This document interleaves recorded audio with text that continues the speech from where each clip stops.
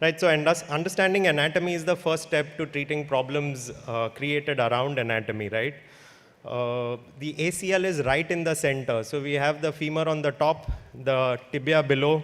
There are collateral ligaments on the side, and the ligaments in the center are in a cross shape. So it's a cruciate pattern. The ACL is right there in the center of the knee.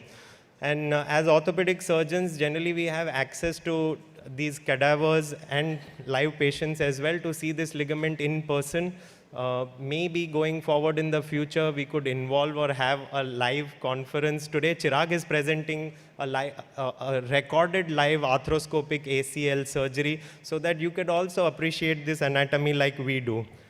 So you have the lateral ligaments on one side, the medial ligaments in the center, you can see that slide. But when you open the knee right through the front, then you can see that there is a small notch in the femur, and this ligament sort of is right there in the center, and it's pretty tiny. Now this tiny ligament though is so important for stability in the knee. When we open it up, the right knee seen from the front has this ACL that's like a ribbon-like structure, which expands at both the ends on the tibia and the femur. So you have a thin, very thin, flat structure in the middle, and you can see the slide on the right-hand side where it fans out. So if you look at the form and shape, ribbon in the center, blown up at the ends, and the most important targets for us during surgery, if we want to recreate this kind of an ACL with an equivalent graft, is fixing it at the right points. So our orthopedic surgeries always keep talking on the footprints. To get a good anatomic ACL reconstruction means recreating these footprints very well.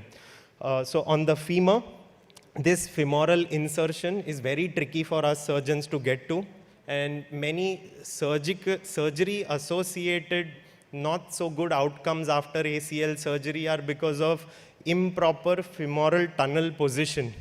This is very tricky to judge post-surgery as well, very tricky to judge post-surgery on MRI as well. So you won't be knowing much.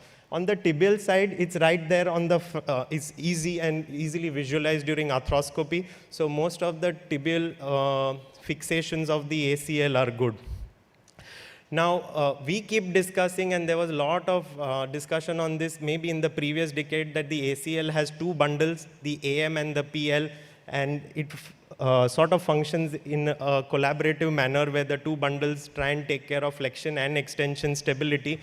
But what I think philosophically works is that the ACL is just one ligament, and its injury itself is related to the entire knee and the limb on its own. So there are so many factors that affect an ACL tear.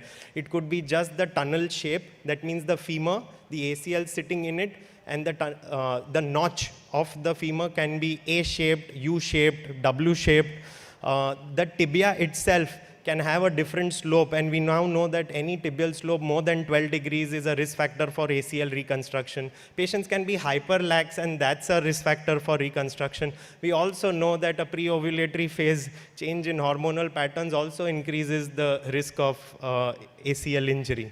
Also, one last thing I wanted to touch, and this was related to MRIs. I feel that there's sometimes when I have physiotherapy discussions, we're discussing in terms of grade 1 tear, grade 2 tear, grade 3 tear. This is very tricky. When you say grade 1 and grade 2, do you mean on clinical examination on MRI, and what is your grade 1 and my grade 1? We should stop using subjective words to discuss these tears. Essentially, clinical examination means it's unstable and it is stable. Right? So clinically, either you are unstable or stable. And as far as the MRIs are concerned, maybe this ongoing education program will have a separate session on discussing what we see on the MRIs. And by far and large, we are seeing, okay, normal ACL on a sagittal MRI, seen better on a T2PD fat sat. Sometimes you see this fuzzy pattern, and you could possibly label them as sprains, strains, in older patients, degeneration. Then you could have a picture where you're not understanding, but the general pattern is there, it's a little wavy. So you really don't know. So maybe partial ACL is the wrong word, but we don't know if it is completely torn.